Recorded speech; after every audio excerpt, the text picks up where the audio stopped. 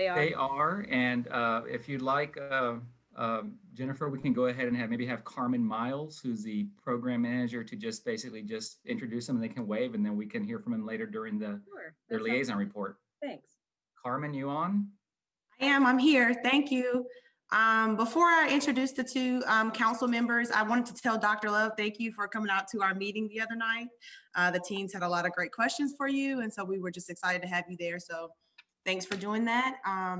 But tonight on the meeting, we have Cordelia Mckelvey. She's a sophomore at Wake STEM Early College High School.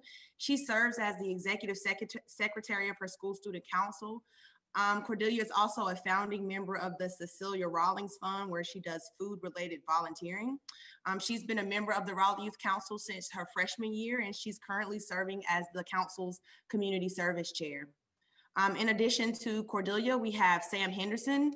He is a senior at Heritage High School. He's a member of multiple honor societies, and he's the founder of the Brothers on the Move book club. He is a multiple state award winner for his school's DECA club, and he currently serves as the chair of the Raleigh Youth Council and has been a part of the council and on the executive board since his freshman year. I'm very proud of these two young people, and I think they will serve as a valuable asset in the partnership between you guys, between the Raleigh Youth Council and the Greenway Advisory Board. So wonderful. If you guys can just say hello, Sam, if you want to turn your camera on and say hello, and Cordelia. I see you there. Just say hello real quick. Is my mic on? Yes. Yep. Okay. Hi, how's everyone doing? Great, thank you. Hi, welcome to both of you. Thanks for joining us tonight. Yes, thank you. We'll try to not have one of our longer meetings tonight so that we can ease you in. We'll wait for later to have one of those. All right, well, then moving on to the first item on the agenda is public comment. So if there's anyone here tonight who has any general comments that they would like to bring forward, this is the time to do that. And if so, please introduce yourself and give your address. Yeah, so if anybody's on joining from the public, if you click the raise hand button, if you'd like to make a comment, I can ask you to unmute yourself and we can do it that way. I'll give it a second here. It does not look like there's anyone that wants to give a public comment. Okay, very good. Well, thank you. All right, then we will move right along to our first presentation tonight, which is on the Recreation Management System project update. That's great. We are going to kick it off. Helene, I don't know if you want to go ahead and introduce the team that we have that are going to be giving the presentation today. I can. I'm muted. Can you hear me? Yes. Sure, I'll go ahead and do that. Tonight we've got Jeff Dawson and Josh Powell, and they've both been leaders in the REMS management system update. We're in the process of replacing our old recreation management system, and I'm going to go ahead without further ado and let Jeff get us started off. Thanks, Celine. So I think there's a few members of the board that are new from the last time that we had an update. So I wanted to give you all a little bit of background before we get started. But essentially where we're at right now is we have a class software system that's in use by the department, and it's been in use since 1994. And it's something that the department relies upon for providing many of our services. With the pandemic this year, it's been very atypical from the standpoint of registrations and rentals. And so stats from this year wouldn't really give you a good picture, but to kind of give you a good idea of what we do within the system, I've pulled some stats from when we released the RFP to begin recruitment. And so what you see here is that class was processing approximately 400,000 transactions each year and had a base of about 600 users from within staff. While class is really a quite robust system in terms of functionality, the department recognized that there's a need for us to find a new system to meet the needs of not just the staff, but really our customers. In fact, back in 2015, a group of staff from IT, PRCR, and finance began exploring what options were out on the market. And then later in 2017, the vendor announced that they'd be ending support for class. And so for the last few years, we've been on an extended support agreement with the vendor who provides class to us right now while we work to find and implement a new solution. So the systems that we selected to replace class is from Vermont Systems Incorporated, and it's made up of 3 different areas. But Vermont Systems is one of the major recreation management system vendors, and their primary focus is on the governmental parks and recreation area in general. Some of the other agencies that VSI serves include Austin, Texas, the City of Los Angeles, California, and the District of Columbia. So they're not large systems are not new to them. The solution that they provide includes 3 main components. RecTrack is the portion that's used by staff on the back end for our day-to-day services. WebTrack is akin to our current Reclining Site, if you're familiar with that, and really represents the online or self-service access to departmental offerings. Then finally, IntelliTrack is a business intelligence component built into RecTrack for the staff side that gives us some insights into how we're doing in our service. So VSI provides modules that will cover many of the different functions currently managed by our existing system, and allows for many improvements as well in terms of expanded areas of coverage for some of these other areas that are listed here. So currently, Class and RecLink are built upon an architecture that doesn't take advantage of some of the advances in technology that have occurred over the past 20 years. One of the benefits that we're going to realize from moving to this new system is that it's web-based, it's hosted by the vendor, and it's scalable. So customers should see a major improvement in terms of performance during those peak periods of registration, particularly with summer camp, that we've had some difficulty, as you probably know, in the past. Another benefit of moving to the new system is that we'll be able to take advantage of the more modern hardware for processing credit and debit cards. Customers now, or in the future with the new system, will be able to tap and pay or insert their card and use the chip that's on the cards rather than using the magnetic swipes that we have in place right now. And last, but certainly not least, there's a number of other visible improvements to the new website and the overall user experience for the customer. Everything from appearance to a greater number of available offerings and transactions that you can do online. And if you're familiar with the current RecLink site, you already know that it's pretty much limited to just registering for a course. So that's all going to change. And Josh is going to give you a little bit more of a preview about some of the enhancements that we're making with the future system and when we roll it out. And I'll switch over here. I think, Josh, I'll stop and you should be able to pick it up. Yep, let's see. All right, so we should be going here. There we go. All right, so if you're unfamiliar with our current RecLink site, this is what it looks like. Not the most user-friendly website in the world. Like Jeff said, we have had some performance issues with it. It just doesn't offer a whole lot of customization, etc. So we were moving from this to these nice new bells and whistles here. Now, granted, as we're going into this, the web page is highly customizable, and it is still under some level of construction. So what you see is not necessarily going to be the final product. Just a caveat before we go into this. So what I wanted to do, I wanted to highlight a couple key differences between, or what we're gaining with Vermont Systems here. Like Jeff said, we're currently limited to just activity registrations online with class. With RecTrack, we can do the same thing. We can enroll folks in activities, but we can also book and request facilities online for rentals. We can sell some memberships online. We can rent various pieces of equipment. We can sell tickets to our amusement locations at Pullen Amusements and the John Chavis Carousel. We can even accept quite a few different types of donations online. So what I'm going to do, I'm going to give you a brief tour of some of the various modules of the website. So the first thing I'm going to do, I'm going to look for an activity to register for. So generally folks will come in, they'll search via one of the filters on the left-hand side to figure out what they want to register for. I'm actually going to use a location filter. I'm going to find a program at Abbott's Creek to register for. So I've got Abbott's Creek in my search filters. I'm searching, and I'm going to register for this this Valentine's Day course for Happy Hearts. It shows that we have availability here, and just like you would on Amazon or any kind of shopping website, highlight the item, add it to your shopping cart. And then you'll select which member of your family is actually registering for it. If you're a fan of waivers, we have a great waiver for you. One of the nice things with RecTrack, we have the ability to associate different waivers with different things.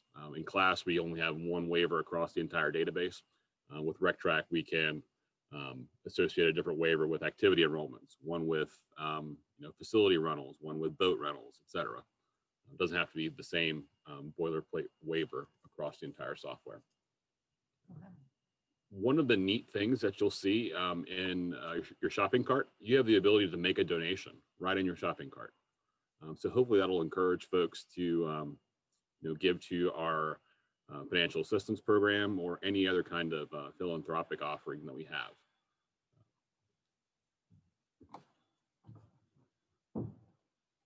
A very, very significant business change for us is the ability to do facility rentals online. Certain facilities are only going to be available to request to book online, but some facilities such as tennis courts, you'll be able to book the entire way through. So if I wanted to book a tennis court, if I wanted to play, a match with one of my friends tomorrow morning, I could find a tennis court at, I could book the court at Biltmore Hills from 7:30 to 9:30 tomorrow morning.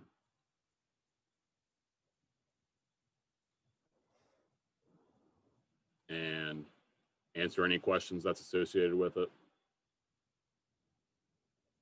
And I can complete the process here, pay my $10 fee to book the court tomorrow morning, and I can show up at the court tomorrow morning and go ahead and play my matches of tennis. Ross, what if you were teaching? It had that little question there about. So are you not allowed to? I guess that's what you I'm are not wondering. allowed to. That's one of our Okay. tennis court policies. I'm not too in depth on that, but that's what I assume that Okay. because your only option there is to answer yes, but I won't be teaching.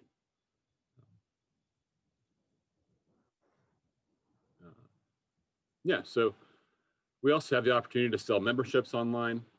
Not everything is going to be sold online, but we do have the ability to purchase, open play passes.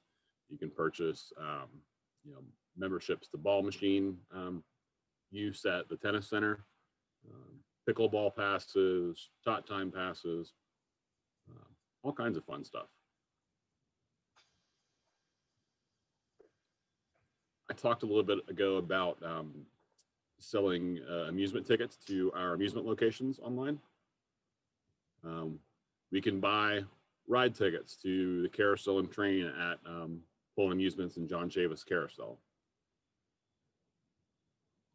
I can buy 25 tickets right then and there, add it to my cart. And now I've got 25 ride tickets in my cart. And folks will actually be able to use their phone to as tickets when they get to the park. We'll be able to scan their phone and use up whatever tickets are necessary for that particular ride.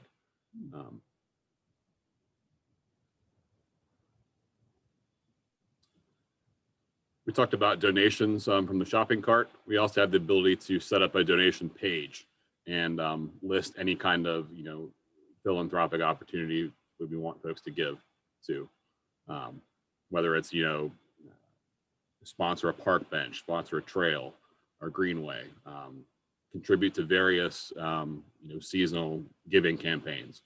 We can, add all kinds of things to this donation page and encourage people to donate to whatever we find necessary any time of year. So if I wanted to donate to the financial assistance program here, I can make my donation and add it right to my cart. One of the nice things with donations and also with ride tickets, neither one of those require the customer to create an account. They can purchase both ride tickets and make a donation as a guest. They do not have to set up an account for that. You can purchase it with an account, but you don't have to. Can I ask a quick question? Sure. Is this also where, when we're out of COVID, like the train rides, the Santa pull, things that happen at Pullen Park? Is this where those purchases would take place? The Holiday Express event, is that what you're talking about? Mm-hmm. More than likely. I know we've looked at other vendors and we've used other vendors in the past to sell those tickets. I'm not sure what our plans with moving forward, but the software can certainly accommodate that. Okay, thank you. So yeah, this is a basic overview of the site. That's about all I was looking to go through today. If anybody has any questions about what I've just shown you, feel free to ask them. I do have one other question really quick. I'm sorry, go ahead. Okay. Is like my family's information is loaded in there into RecLink right now. And so all this, if you pick a family member, all that's already there. When you transfer, is that all information going to just automatically transfer, or do I need to re-put my information in? So we're still finalizing that plan right now, but what our initial thoughts are to move over certain accounts with current credit balances, certain accounts with debit balances, and any current membership card holders. Now that list is still being finalized, but with class being around for so long, we have quite a bit of bad data in class, very old and incorrect addresses, incorrect lots of stuff really. So the goal is to start as fresh as we can. We are going to bring over limited account data. We just don't have a finalized list yet. Thank you. One of the curiosities is that is related to geographic distribution. And so, for instance, if somebody from Cary wants to book tennis courts and things like that, will you be able to track that kind of information? I know, particularly when you mentioned Holiday Express, it's having purchased them through Craigslist. I was buying them from somebody in Clayton who doesn't pay Raleigh taxes. And so maybe there'll be some way to track all of that with this. Yeah, we will require address as a part of setting up an account with us. So if you're making a purchase with your account, we'll be able to track, which zip codes are purchasing the most things, which cities, even states, and sometimes even countries. You'd be surprised. Yeah. Thanks. Great. Absolutely. Good questions. Anyone else have any questions for Josh?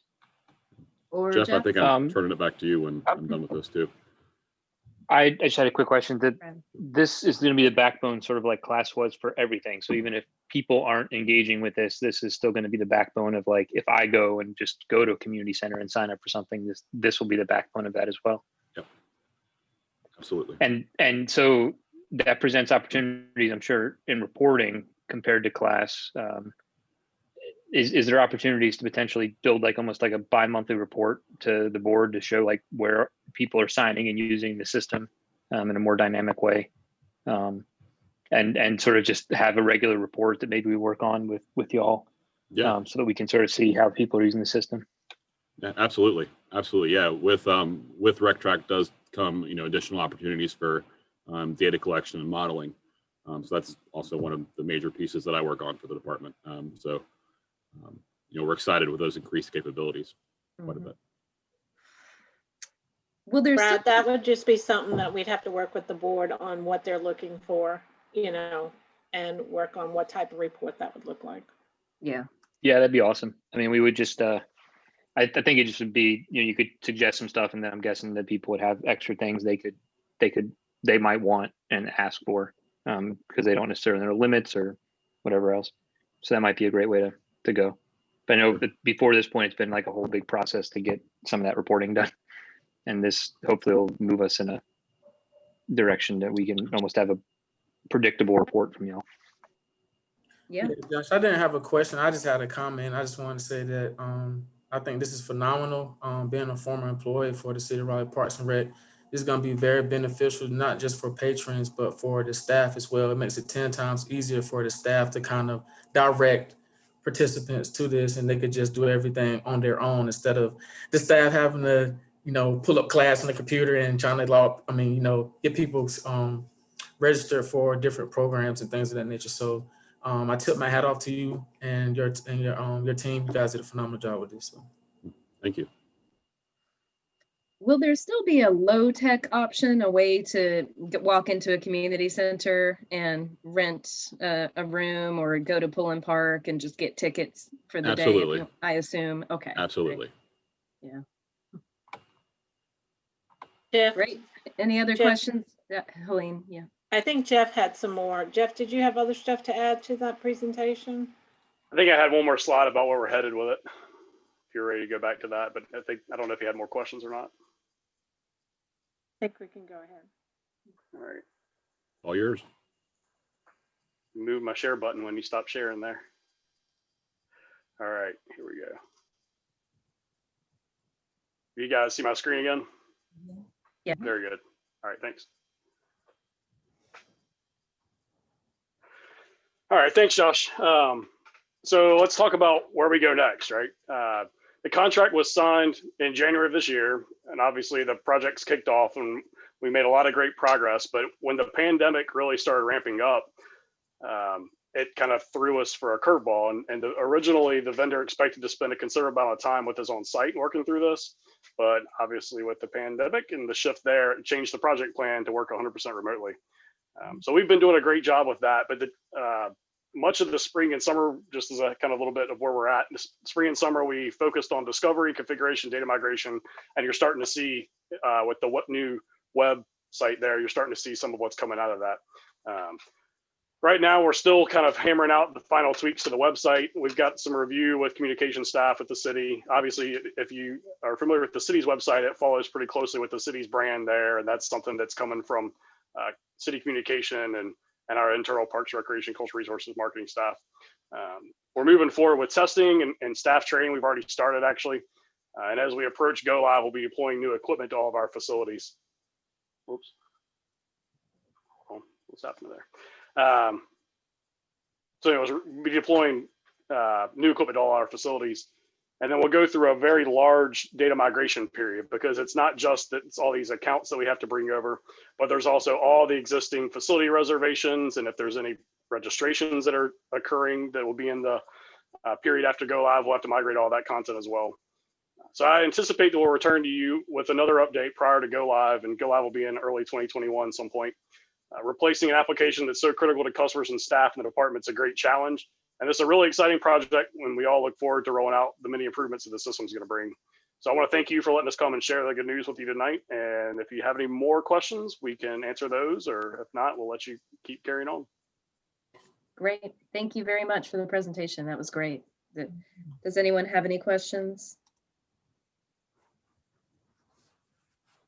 All right, hearing none and seeing no hands by flicking through, I think we'll move on. Again, thank you guys so much for coming out tonight. Thank you. The next item on the agenda is an update on the cultural interpretive plan for Chavis Park for the plaza there, the Heritage Plaza. I believe that's the same thing, right? All right, Luke, take it away. Okay, thanks everyone. Let me share my screen here.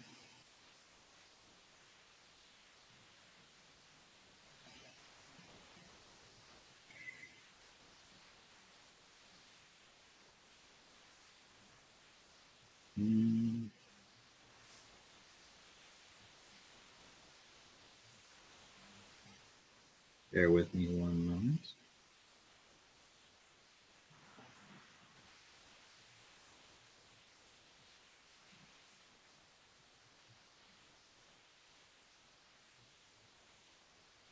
Okay.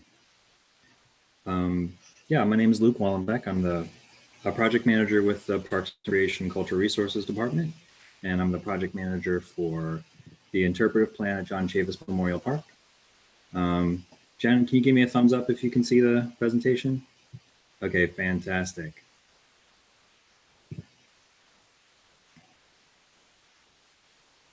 Go ahead and jump to the beginning here. Okay. So back in February of 2020, Raleigh City Council requested that we pursue a cultural heritage interpretive plan to be completed for the park campus. They also requested a first phase exhibit be installed adjacent to the old carousel house and approved a budget of $150,000.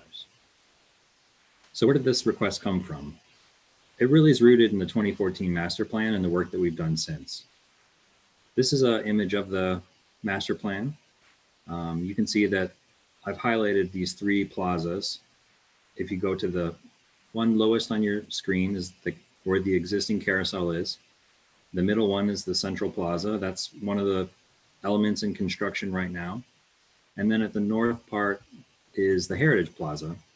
And that is located next to the old carousel building, which is currently being renovated. And so the thought was really, we want to make sure that there's something that tells the history of the park for the ribbon cutting when people come to enjoy the new improvements in the park. And if you look at the master plan, that honoring the past was a big component of it. And under recommendation C, developing a cohesive interpretive plan was the very first thing listed. So that's where this request comes from. Zooming in a little bit around that Heritage Plaza area in the old carousel house, this is really the historic core of elements that still remain today. All of these elements were protected during the construction project, and you can see some stone steps. There is historic stone built on two bridges. We have the old carousel house, and we have these two picnic shelters built from timber framing. And they were originally part of that early days of the park. The dedication was in 1938, and many of these elements were either built right before that or right after. Okay, so project scope, really two pieces. One, the interpretive plan itself, which requires a lot of research and content development, community engagement, and then that final interpretive plan. The interpretive plan will include recommendations and strategies for program delivery, including organized narratives and content, site locations, exhibit types, design guidelines, and phasing.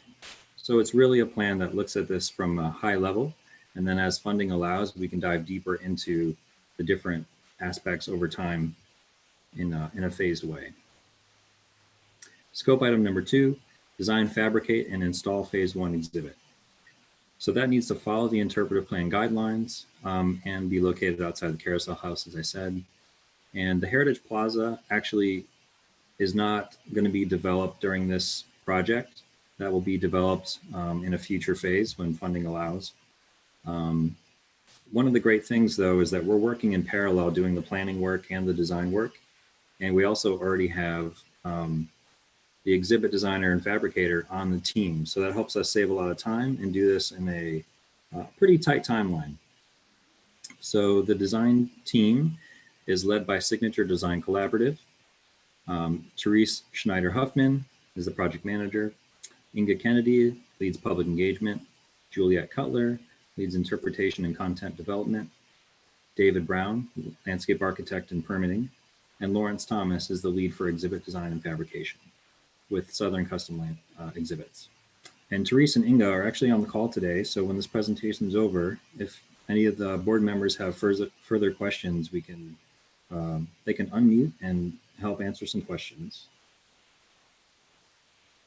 The public engagement strategy, we're working with an advisory committee, primarily made up of former planning PLG members of the master plan, with a few new additions, including Dr. Love, who was in our advisory committee meeting this afternoon. So she can give some great insight into what we're doing also. We have 3 public meetings. The project website on raleighnc.gov, as well as that links to a publicinput.com survey page where we can ask questions and get feedback throughout the process.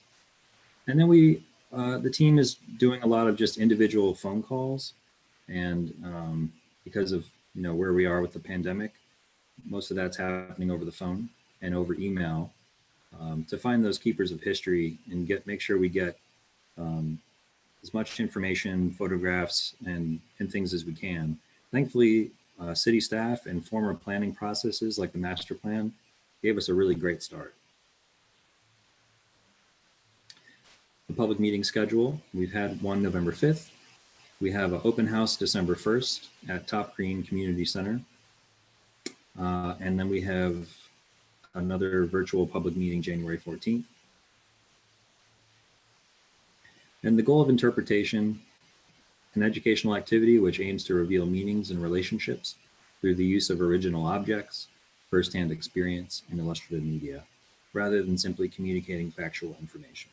And so a real goal that we have, which also was part of the master plan and has continued, is to make sure that this interpretation is really dynamic and uses technology and excites all the senses.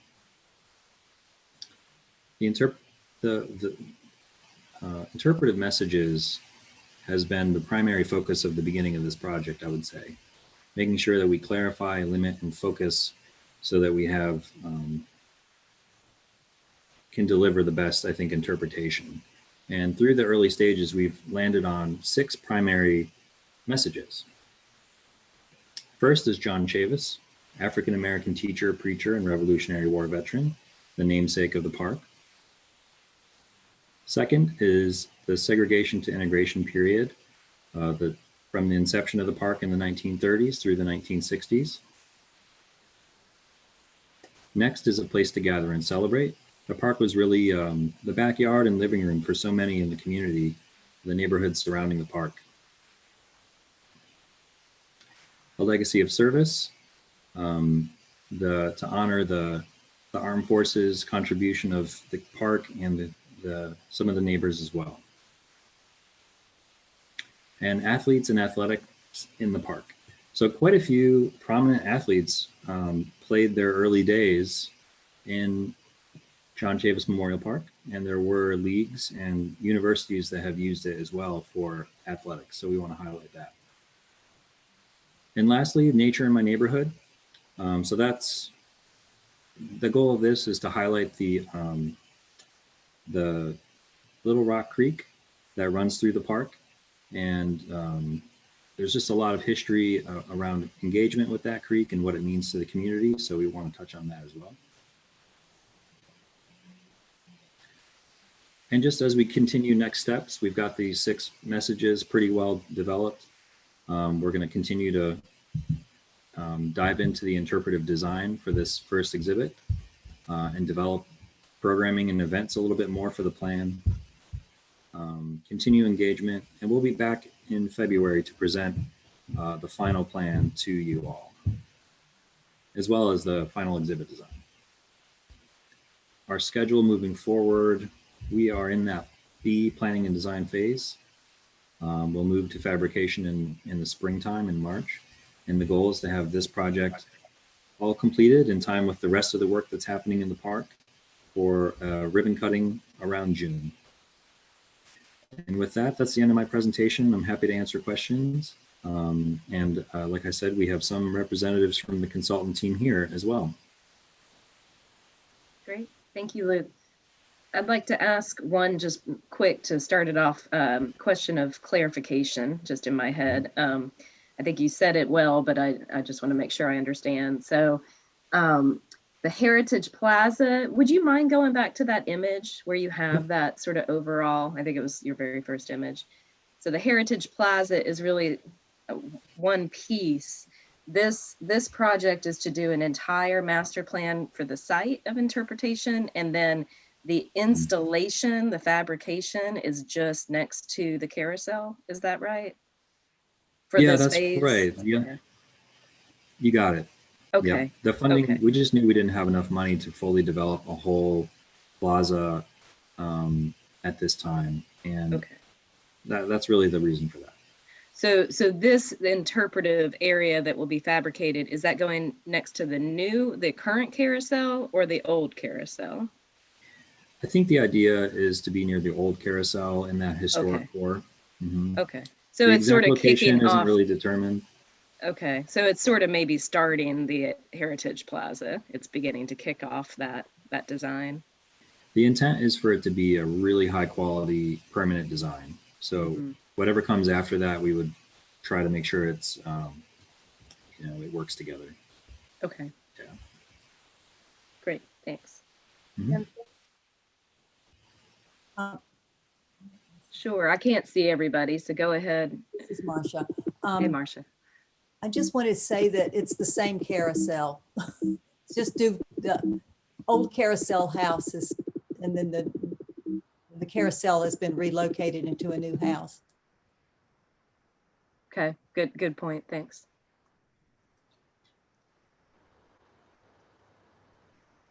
Does anyone else have any questions or comments? Dr. Love, would you like to say anything? Yeah, I'd like to say I was really impressed with the meeting this afternoon. There was a lot of interaction. The several designs that we were able to see, we made some decisions, and it has been really rewarding for me to see this actually going to happen in my lifetime. So Luke, you're doing a good job. Oh, thank you. It's been a pleasure. So this afternoon, we showed the preliminary, the first kind of draft of designs to the advisory committee. And we had a great discussion, and people seemed really excited, provided a lot of great information to make those even better. And their preference, Dr. Love, was for to move forward with the segregation to integration message for that first exhibit, Yes. right? Yes. Yeah. And what that does is shows the history of the park from the beginning through the 60s. So you get a sense of what the community was like, what was in the park, what's significant to people, things like that. So yes, that was in agreement. And the design is great. I want to get to see it soon. Great. Do the consultants who are on the call, would they like to say anything? Yes, or if you want to introduce them, Luke, and we can Yeah. see the faces. You may have I to can't stop see everyone's faces either, but Therese Huffman, do you want to start? Luke, if you stop sharing, we can probably see the full screen. Oh, okay. Oh, okay. Back to our Brady Bunch look. There you go. Yeah, there we go. Oh, hello. Well, thank you so much for inviting me to your meeting. And Inga's on the call as well, who's handling all the public engagement, and I'm the lead and the lead designer on the project. And yeah, it's just been a joy to develop this with it, and then to start to see, you know, with the advisory committee today, how we're listening and how we're applying the ideas, and how all the feedback that they've been giving us is being incorporated. And I really felt like there was, and Dr. Love, you know, chime in if you disagree on this one, but I really felt like they started to get it. And it took a little bit of explanation when you're at a concept phase, you know, you have to explain a lot of things. It's not a fully booked, it's not a cooked cake yet. So yeah, but that's the right time to get the engagement, because we know that they're helping us do even better and so many good suggestions from the meeting today. It was wonderful. So all I can say is that I feel good about where we are and where we're going. Thank you, Therese. Inga, would you like to say something? Thank you so much, and echoing Teresa's thankfulness and gratefulness for having us this evening. I do want to say that this process has been just overwhelming in terms of the amount of history that is behind this park and about this neighborhood, and that the participants, like Dr. Love, have captured all of the history and maintained it over the years, and it's being transferred to the city. So that's been very good. As Teresa and maybe Luke mentioned, there have been just lots of delving into hundreds of documents and displays to come to where we are today. And I just want to encourage you, if you are able to attend the December 1st open house. It's an open house. Just come through and you'll be able to see some of these concepts, and we'd like your feedback on them. So thank you again, and we look forward to, as Dr. Love says, bringing it to fruition very soon. Thank you. I think I could add too that we are posting everything on the project website, and pretty soon we'll have the design up there as well. And that will be linked to the publicinput.com page where you can comment and share widely. So thank you, everyone. Great. Thank you all again for coming out and giving us an update. And good to meet you both. And Luke, always good to see you. Could you drop the project website linked in the chat? I'll put it in there. Yeah. I was reading the agenda last night and it has the date, so I noted those, but I didn't see a link to the website. So it'd be great to just have it to grab. Absolutely. Let me do Thank that. you. Now. I'd like to come. Thank you so much. Very good. Anyone else have any questions or comments? If not, we will move on to the next item. Okay, seeing none. So next on our agenda is an action item, and TJ is going to give a presentation, but before he does, I would like to just sort of preface it by set it up a little bit so that you understand kind of what we're doing tonight. So the Parks Committee that Chris Dillon is the chair of has been reviewing the Parks Policy Update. We've seen a little bit of it here on the board, the overall board, but the committee has been doing a little bit of the heavier work of really diving into the detail of it, and saw essentially the sort of final version that staff is looking to go ahead and recommend to council for approval. And so at this point, you know, I'll ask Chris to speak to it after TJ speaks, but essentially Parks Committee is giving hopefully their endorsement, and then from there we'll go ahead and decide if we're ready to move it to council. Okay, all right. All right, with that, we can go ahead and get started. Again, just for a little bit of context, this board has worked with this item for a while now. We put it on ice back in January to dive into the parks bond. And then while we were dealing with everything around COVID-19, there was that work going on through the city planning office to adopt the public participation playbook. So a lot of the work that we've done with the Parks Committee over the last 2 months is really figure out how to integrate that citywide document, that playbook, in with our policy, and make a number of new revisions that we identified over time as ways that just build more efficiency and flexibility into the process altogether. To summarize some of the goals, first of all, again, when we want to build in efficiency to our process, we don't want to sacrifice the quality or depth of community engagement that we do. That's something that's very important to us as a department, as a city organization. And I don't think any of the changes that we made to the policy really sacrifice that at all. We also look for opportunities to build in flexibility, though, to make sure that when we're designing a process, it's right-sized for the context of that project, and it's also responsive to the needs of that individual community. So you'll be seeing over the next couple of years, as we implement some of these policy changes, the engagement plans that we put together are going to be a little bit more project specific, a little bit more sensitive to the community context than we might have had in the past. This is also important to note that the Parks, Recreation, and Cultural Resources Department will be the first department in the city kind of in officially endorsing this playbook and adapting it in with a departmental policy update. Eventually, it's the goal that every department within the city organization adopt or adapt this playbook to their individual departmental needs. And the Parks Department will be the first one taking this forward to City Council, other than the City Planning Office.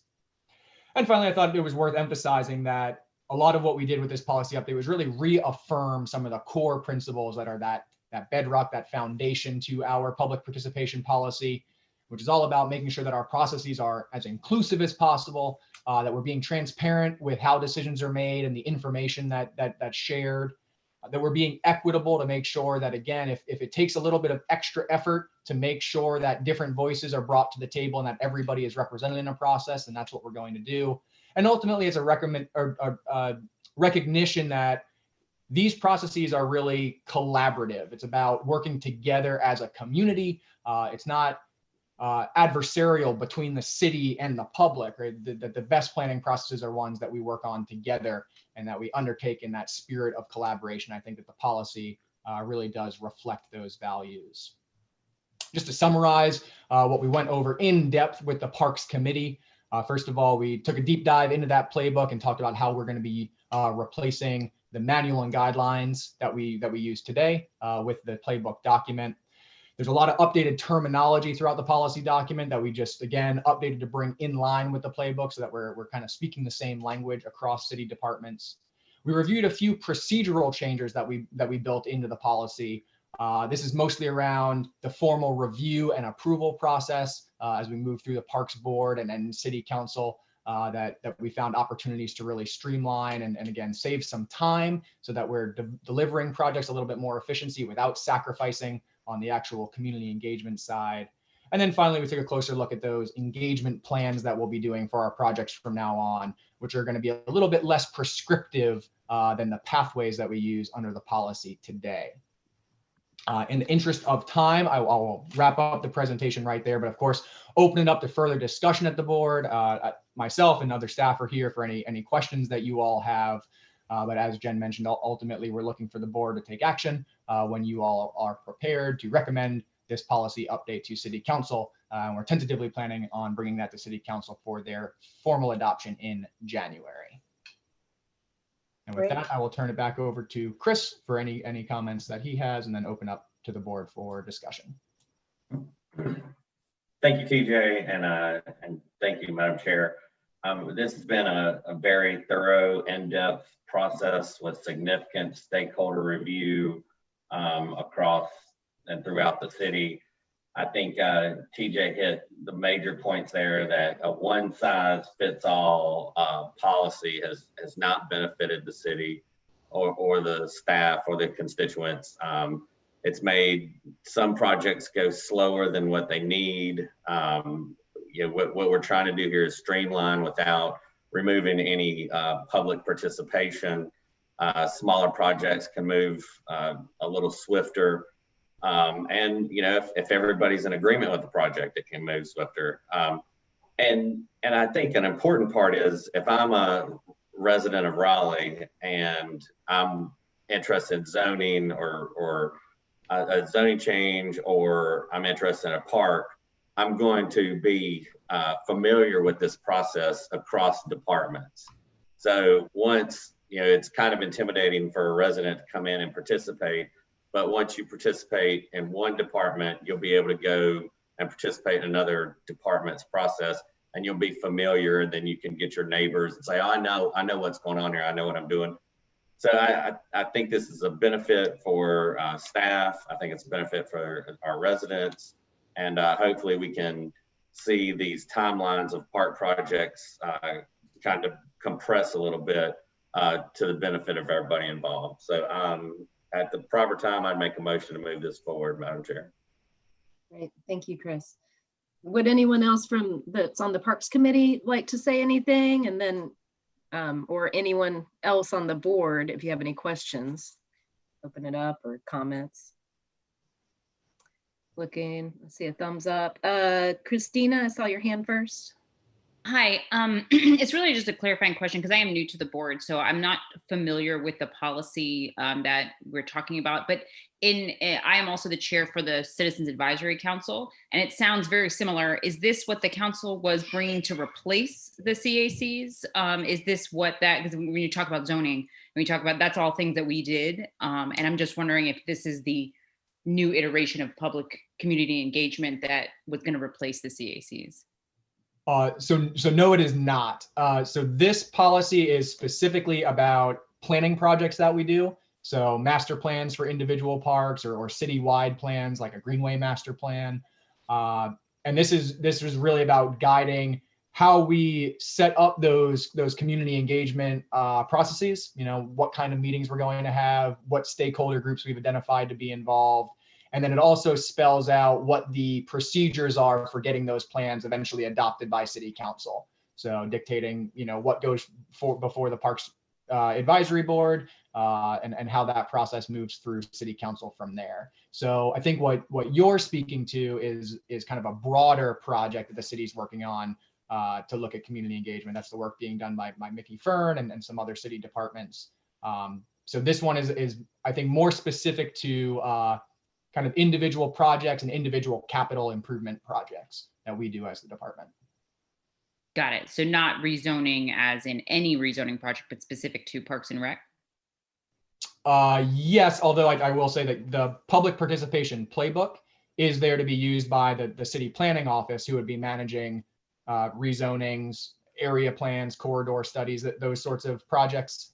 But again, I think the policies that you're thinking about specifically as far as what has to happen at a public hearing and who's invited and what the role of the CACs are in that kind of thing, that's a separate engagement process. Okay, thank you. Beverly? Well, TJ, thank you. You did a great job on this, and I especially loved getting it in advance and having, because there's a lot of meat to it, and being able to read through the planning playbook and then read through the parks thing. And I'm not sure, my question is something that feels like it's missing maybe, but it may be, I didn't spend nearly the kind of time you've spent on it. And that is the question of defining stakeholders. And I'll give you a particular example because I was at a public meeting for it. And this was 4 or 5 years ago before I was on the Parks Board. But it was the planning meeting for the Crabtree West extension. And I drove around, and there was a meeting tonight sign in front of the Hamptons subdivision, which was an adjacent property owner kind of situation. But my point is that Crabtree West project impacts pretty much the entire city, if not the entire region, because it's such a big connector link. And so how do we balance that sort of sometimes NIMBYism that comes up of adjacent property owners, kind of stakeholders, versus being sure that that we define stakeholder on some projects as being really broad, and in other ones, if you're updating a small park, then it doesn't have that same impact. And I just didn't quite feel like that issue was in there, but maybe it is. So, So I think one way I'd respond to that is, one of the things that the playbook sets us up to do with these individualized engagement plans is be able to think about each project independently. I think in the older version of the policy, we were held to a few minimum standards, like say posting a sign at the project location, which is that sign that you would have seen at the Hamptons for the Crabtree West project. And that kind of would have checked the box for the policy. I think with these individualized engagement plans, it'll give us a chance to take a more holistic look at a project, think about who those stakeholders are. And for those larger projects, those engagement plans are going to be coming in front of the board before we initiate those projects. So you all will have a chance to look at those and let us know other stakeholders that we might have missed. I think that gets back to the idea of these processes really being collaborative, that the city staff aren't going to be the only people making decisions and aren't going to be the only people responsible for making sure that these projects are carried out the way that they should be. We're going to be relying on you all as members of the Parks Board and broader citizens getting involved in projects and helping us to reach the right people and spread the word for those. Well, great. You've addressed that niggly part for me. So thank you. Thank you. I'd like to say TJ did a fantastic job, and we asked a lot of questions during the park committee meeting, and having the documents in advance so that we could examine them was really important. So thank you for that. TJ, I'm wondering, is there going to be a time that this will be available to ordinary citizens that might be interested in making comments before City Council approves it? Yep. So once the board recommends or takes action to approve this draft, it would be posted for public review, and we would do that through all of our normal distribution channels. The public participation playbook itself went through a separate public review process over the summer before City Council endorsed that. So really most of the changes that we're making to the policy that are just kind of translating that playbook have already gone through a pretty thorough community review process. Thank you. Mm-hmm. Any other questions or comments? Madam Chair, I would just like to thank the committee for the hard work on this. Staff did an amazing job. I'm very excited that we're leading the way on this as a board and as the department. So it's very exciting to move this forward and streamline some of these processes. And I'd like to thank the committee for the work. Very good, thank you. And I heard you make a motion earlier. Chris, does anyone have a second to that motion? Second. Great, Dr. Love, thank you. All those who are in favor of approving this draft report to go to council, please raise your hands and say aye so we can make sure we see. Aye. Any against? Hearing none, that's approved. Thank you. Thanks, everyone. Thanks, TJ. Great. So the next item on the agenda is approval of the last meeting minutes. That is actually from September. Oh, and it looks like October were posted as well. No, just September. Okay. Oh, I think I have an older version I printed. Okay. Did anyone did you have a chance to look at the minutes? And does anyone have a motion to approve or have any comments first? I just say God bless whoever takes all those notes. You hear that, Giovanna?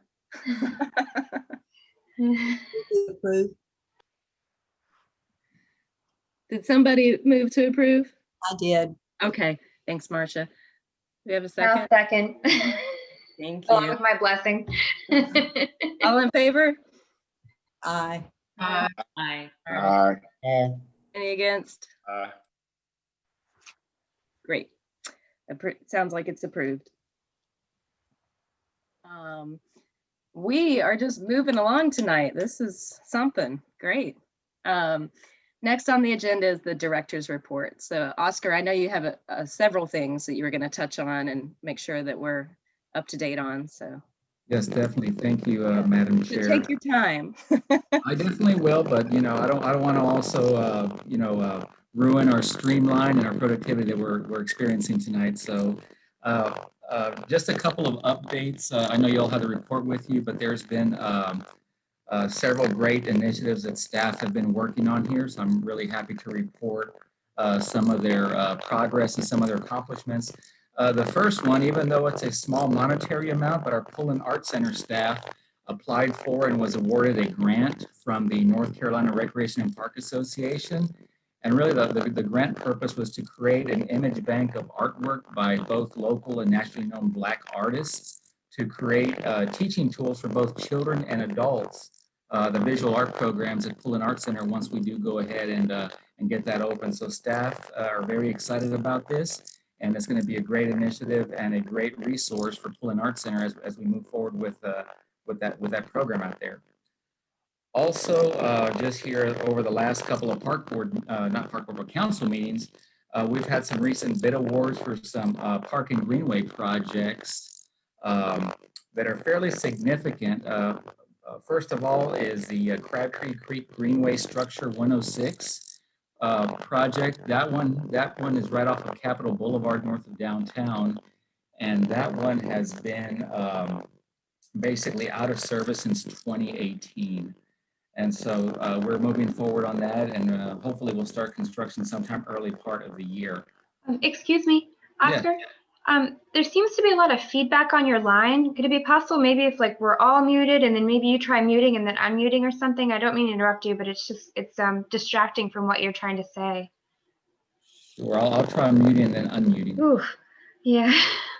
Oh, sounds like you're drowning. I'm glad you're not. Okay, is it better now? No. Why doesn't everybody try muting in the meantime, and we'll see if that makes any difference. How about now? Oscar, one thing you could try is dropping off the meeting and then rejoining real quick. That often works. I don't know if you want to try that. Okay, well, give me one moment then.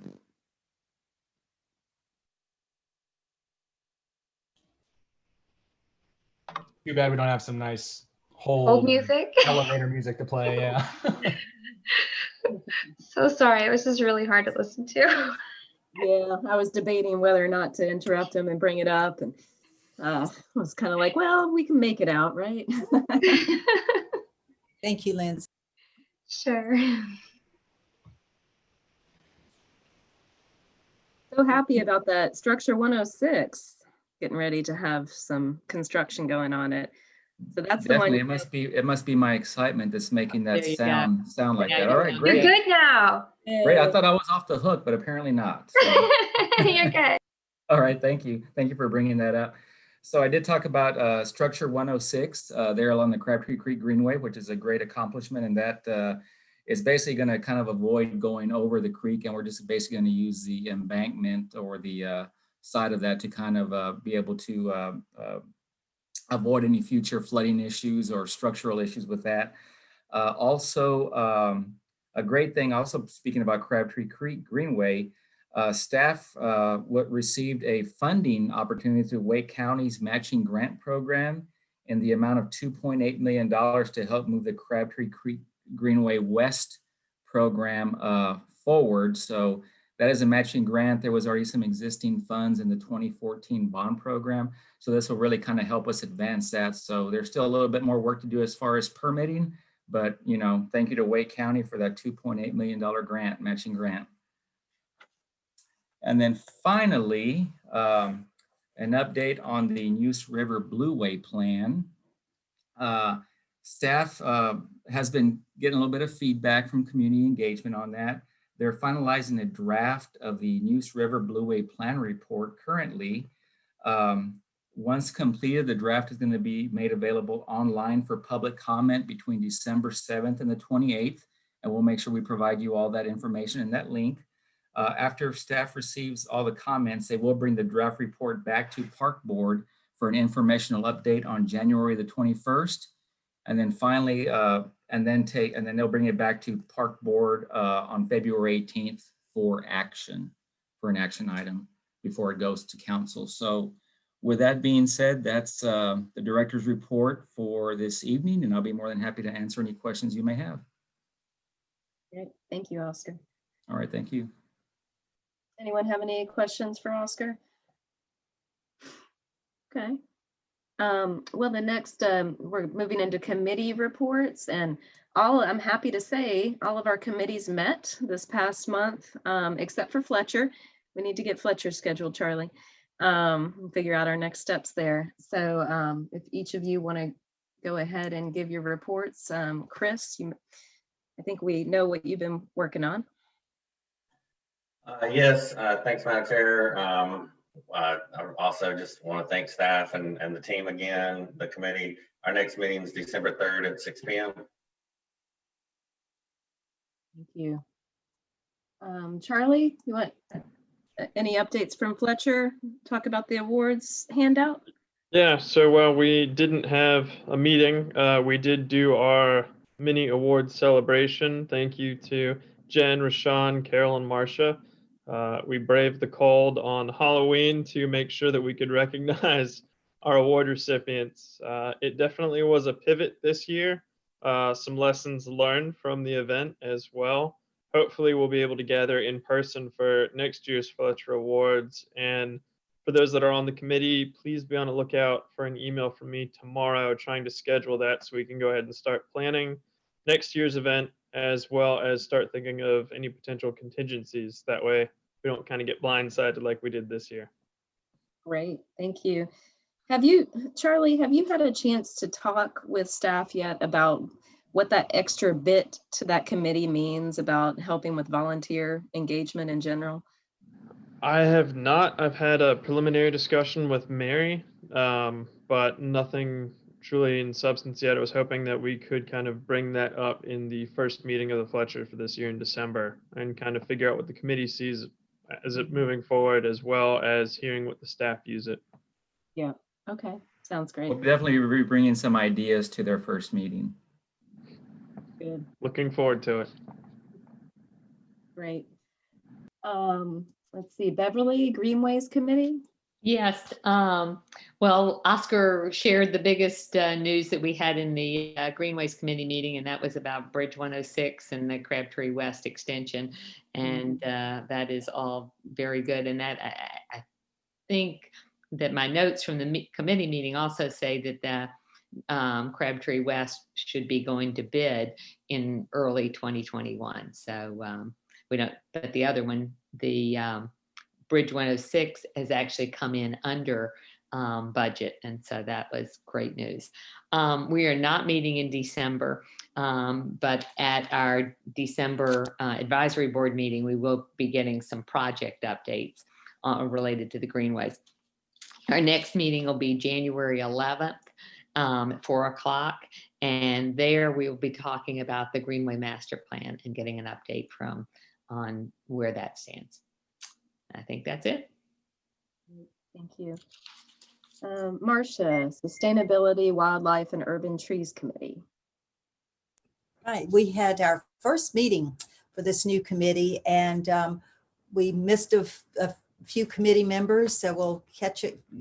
Look forward to getting you woven in for the next month. And we are meeting in December. I just picked up my calendar to remind myself what date we decided. It's going to be December 14th, 4 o'clock on Monday, December 14th. So one of the things we did was that each attender spoke about their interest, what was relevant to the committee's purpose. And we were really interested. Carol had some concerns about I'm going to forget how to say this, glyphosates. Would you help me, Sally or Carol? Glyphosate. Thank you, dear. The use of those in our parks and alternatives. And Sally, we've learned, has developed a program to reduce the use of these chemicals in our parks. And the program that she developed is now the standard for other departments in the city. So yay, Sally. And this is going to be discussed in a future board meeting. We talked about protecting urban trees, and we're interested in a shade canopy study.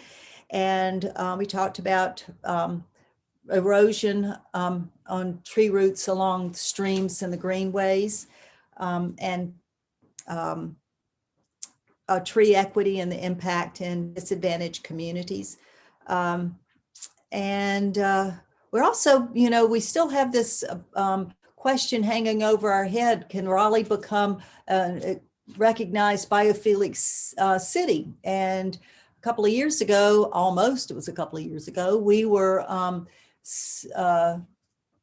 it was a year and a half ago, I guess, this board, the Parks Board, and the Environmental and Sustainability Advisory Board were suggested they talk about together the possibility of Raleigh seeking that acknowledged status. And that meeting hasn't happened yet. So we learned that it may happen in the new year. The Sustainability Council or Board has not been meeting since COVID, but it hasn't dropped off anybody's agenda. And that made me really happy. So that's the little highlights about our meeting. And any others want to join us on the 14th of December, it would be great to have you. Great. Thank you, Marcia. Let's see, the next Citizen Planning Committee report, Lex, I believe you're the liaison for the Neuse River Blueway.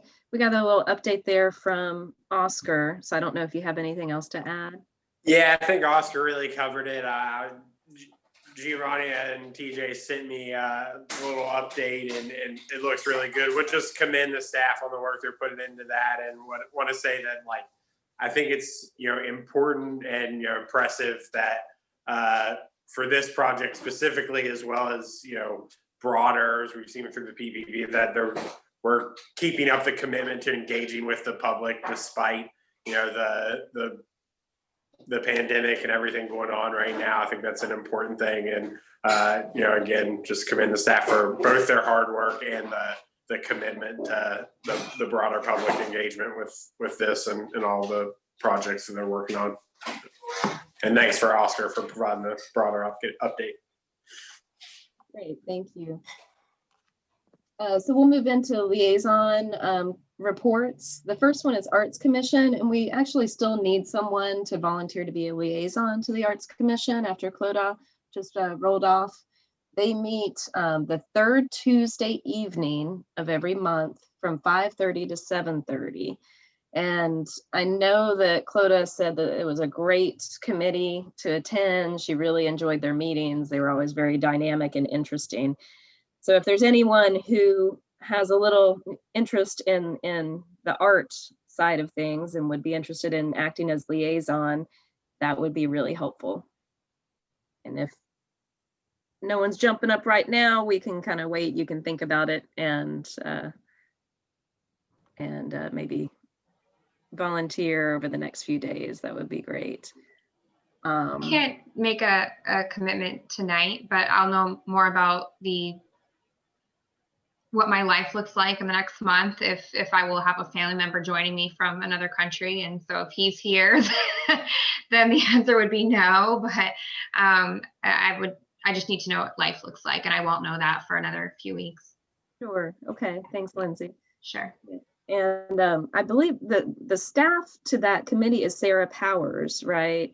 And she doesn't typically come to our meetings. So, okay. So we don't have anyone from staff that could give any kind of update on what's going on with the Arts Committee then? No. Okay.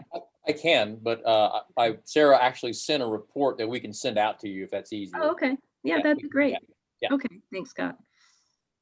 Yeah. So next is Bpac, the Bicycle and Pedestrian Advisory Board. And I do have a little update on that I was just going to wait and talk about in the chair report. But Brad, do you have any report for Bpac? No, they reached out to me to connect about being more involved. I'm happy to step back. I've been a bit busier than I have been historically.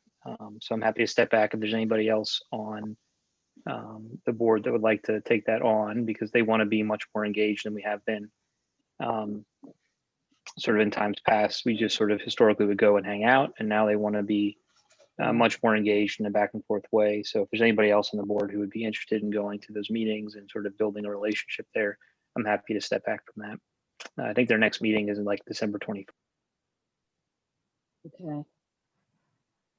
Yeah, and I mean, Beverly, we could go ahead maybe and give an update on our meeting with the Bpac chair and vice chair, just to kind of give a little background to what Brad's referring to. So when Bpac went to have their work plan approved by City Council, they were told by City Council to work more closely with the Parks, Recreation, Greenway Advisory Board on Greenway safety issues. And so that was just a thing that council brought up, that they wanted the two boards to figure out a way to work together. A little bit vague, don't really understand exactly what they're looking for, or we assume they mean some of the safety issues of people, being killed on the Greenway recently and things like that. So we went ahead and had a meeting, Beverly and I, with the chair and vice chair of Bpac last week, to talk about sort of what's a path forward of how we could tackle this. And one of the main things that came up was to make our liaison roles a little bit heftier, beefier.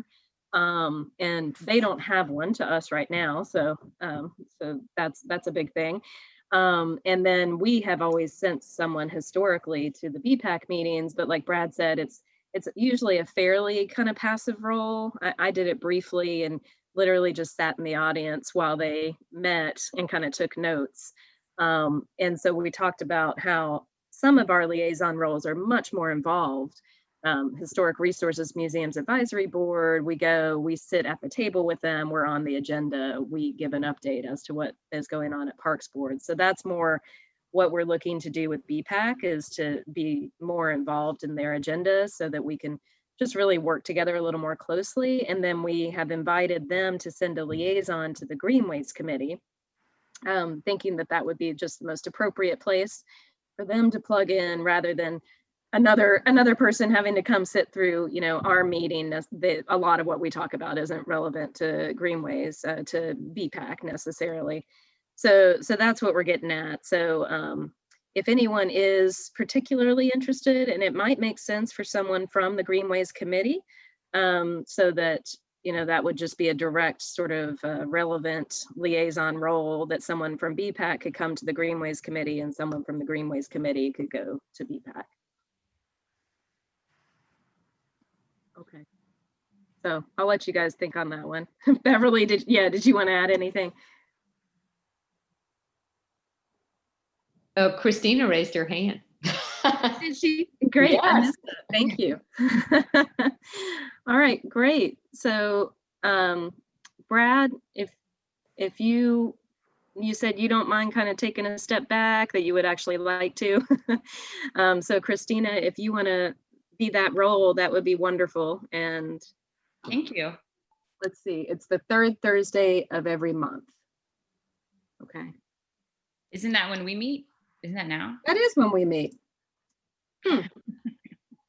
Is it conflicting? Surely not. Maybe that's a typo. We'll look into that. I think it's Mondays.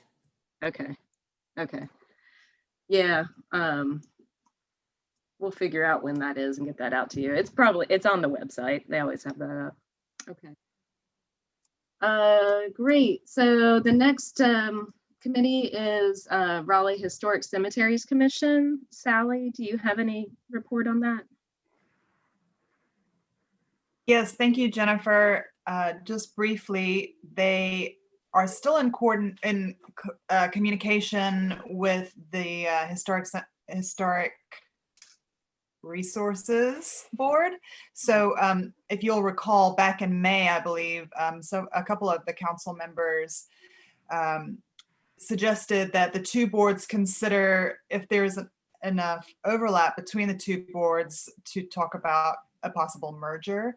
So two committees have been, ad hoc committees have been formed on each board, and they have a meeting planned for December, I believe, to have that conversation. So they've been having talks in their individual boards to see if that's something that they want to consider, and then they're going to come together and have that conversation. So I expect we'll have more discussion about this in the new year. And Jennifer, you've been a little bit involved as well as the liaison. So if I left anything out, please. I have, but nope, that sounded good to me. Thank you. Yeah.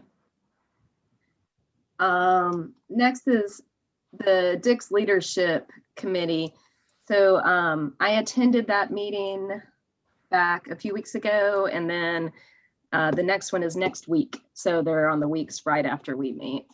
And I'll just kind of hit some of the highlights. So let's see, the stream improvements at Dix Park have been awarded 3 grants, which is great, and bodes well for the project moving forward for that portion of the project. The Dix Edge Study, Lindsay, I hear this is something I think that you have an interest in, and just wanted to give a little update on that of what I know. It's at the very early phase. This is essentially a study by the city planning department to look at the neighborhoods that are east and south adjacent to Dix Park.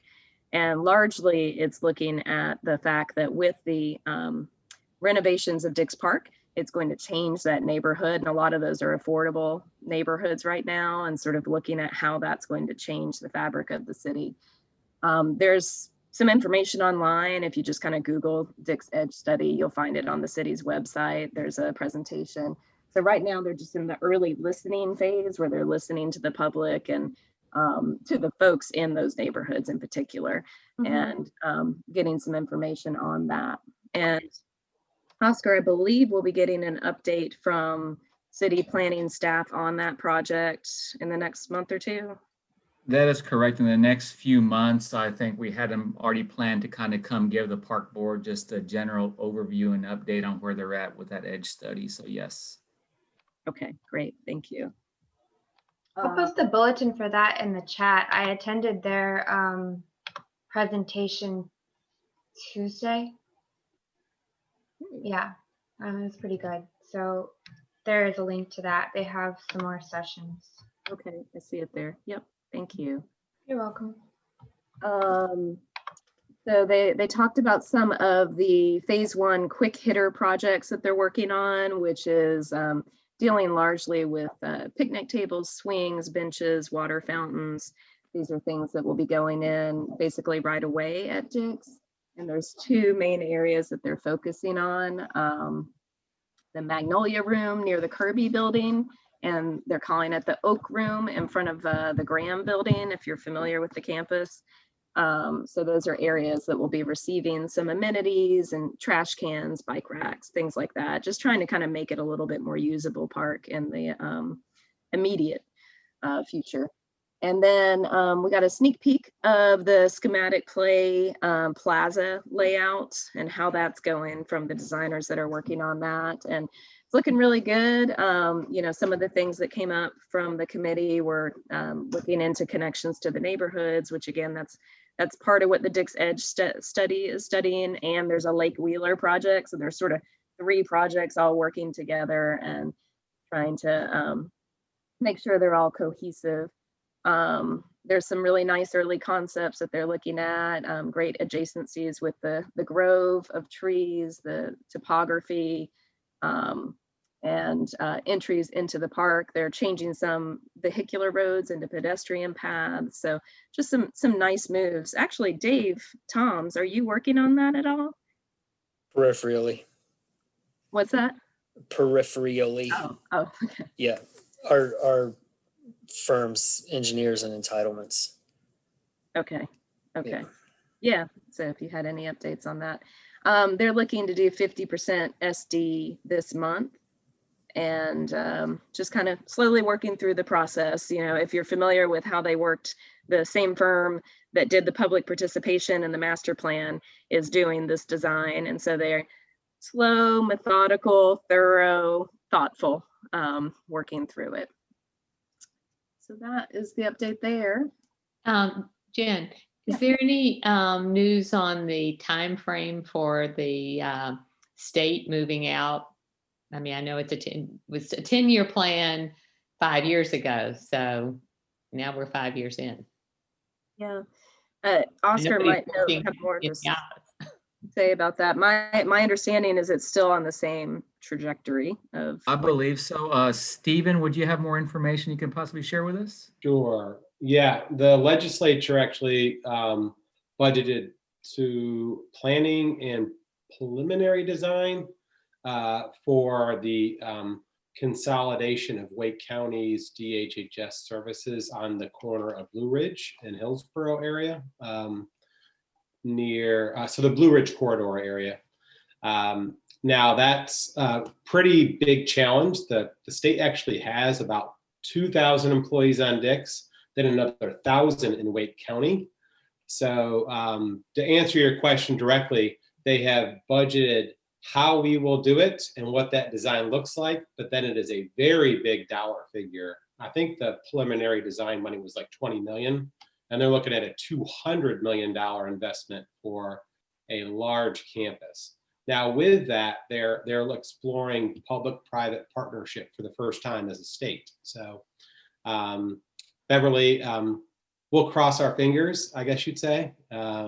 But we talk to DHHS. We have a monthly meeting with them and the Department of Administration.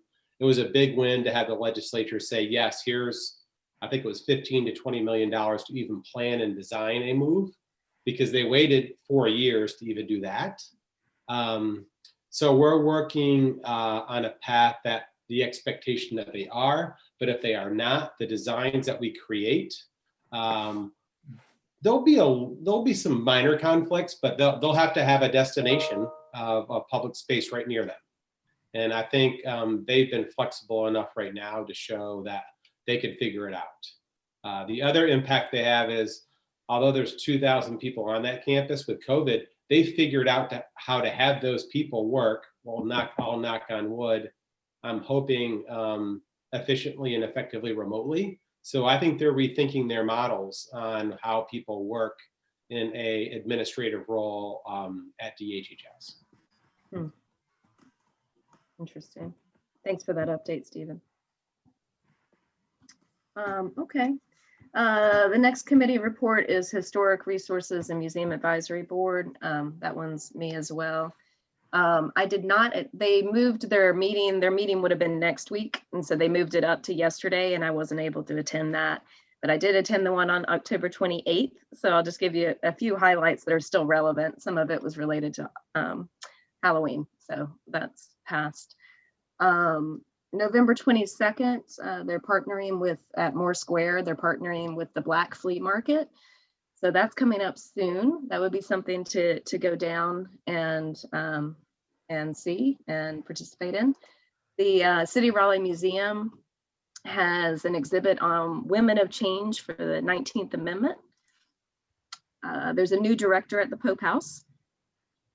They are looking for old photos in parks, especially for Poulin and Chavis. If anyone has any old photos that they could share with the Parks Department, they're looking for that for some exhibits and things that they're working on.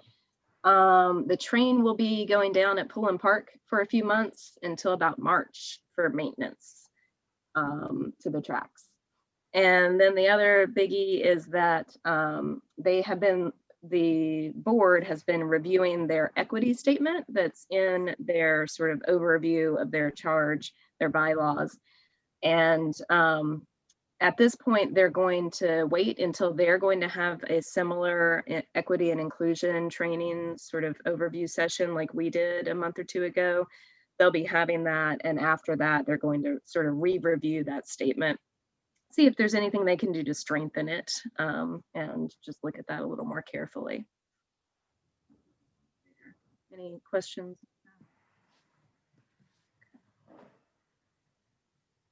Great. So next on the agenda is the Raleigh Youth Council. So welcome again to you guys. If you're still here, we'd love to hear from you and hear what you guys are working on. Yeah, hi. So we're just excited to begin like the partnership. This was really interesting hearing all like the new developments and all the stuff you guys are planning with Raleigh. So like we have a lot of youth that can be a part of like any new ideas or any new discussions you all may want to bring to the table, and we can definitely help with that and potentially build something cool. Great. Thanks. Cordelia, did you have anything to add? No, just like Sam said, we're really excited to partner with you guys, and it was also really interesting hearing about all of the stuff that's going on. Awesome. Wow. Good. Well, we look forward to working with you guys more closely as we move forward, and we can kind of tweak this model of having you come and report, and maybe if you wanted one of us to come to your meeting at some point, we could look into doing that. So we're open to ideas of ways to sort of engage more. So chair report, I think at this point I've said everything that I was going to say. So I think that's pretty covered. Does anyone else want to share anything or have any questions? Is this the part where we get to go around? Sure, if you'd like to, absolutely. Go for it, Lindsay. Okay, so I have a few things. I was listening to when all the committees are meeting, and so the only one I've been able to attend is Parks Committee, which I've enjoyed, but the others are all meeting at 4 o'clock, and that's during business hours, and that's really disappointing to me and frustrating because it's not inclusive. So it doesn't make participating and contributing to a committee accessible for working people.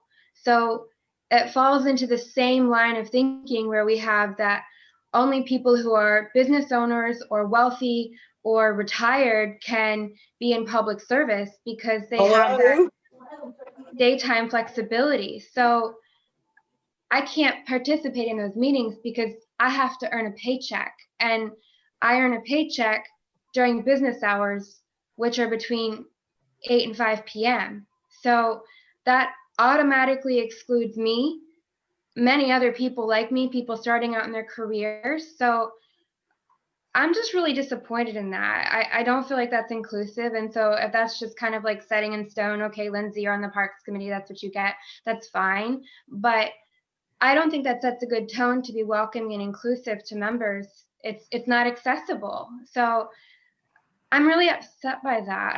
I just don't think that that's not inclusive. It's not accessible. Working class people need to have opportunities and to participate, and that automatically takes that off the table. I appreciate your input and viewpoint on that. I would offer a counter to that, which is that those of us with children, it's really hard to have a lot of evening meetings.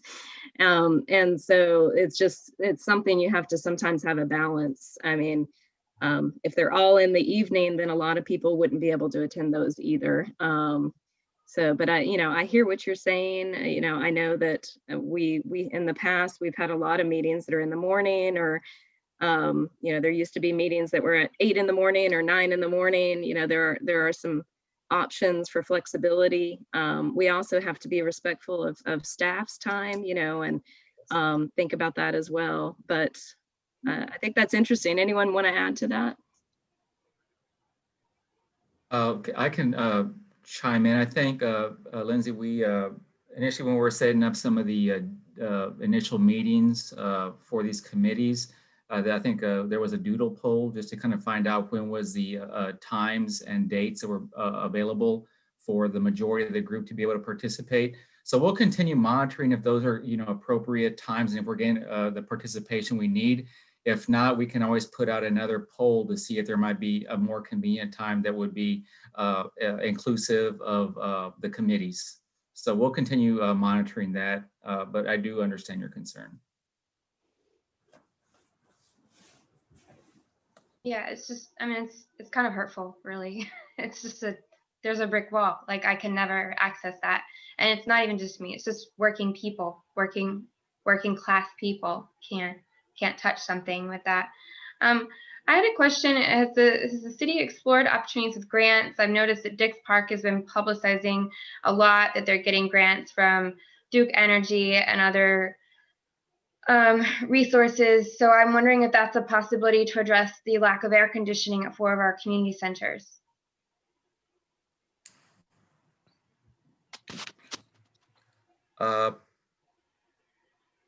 We always look for grant opportunities where we can. A lot of these are limited in scope and nature of what are allowable through these grants, but for like capital projects like that, grant opportunities are very limited in nature, but we continue to look for those, like the ones that have been over at Dix Park the last couple of times have all been kind of environmental in nature in association with creek and restorations and things like that. But our staff, I think, are doing an excellent job identifying and also applying for grants that are relevant to their areas of expertise. And so we continue to look for those grants. So if there's ever any opportunities that you all see out there for funding that might be relevant to things that we do, please definitely send them our way and we can go in and look at those and see if we can, tie them in together. And if we also do have the matching funds available to meet the requirements of the grant. That's cool. Thanks.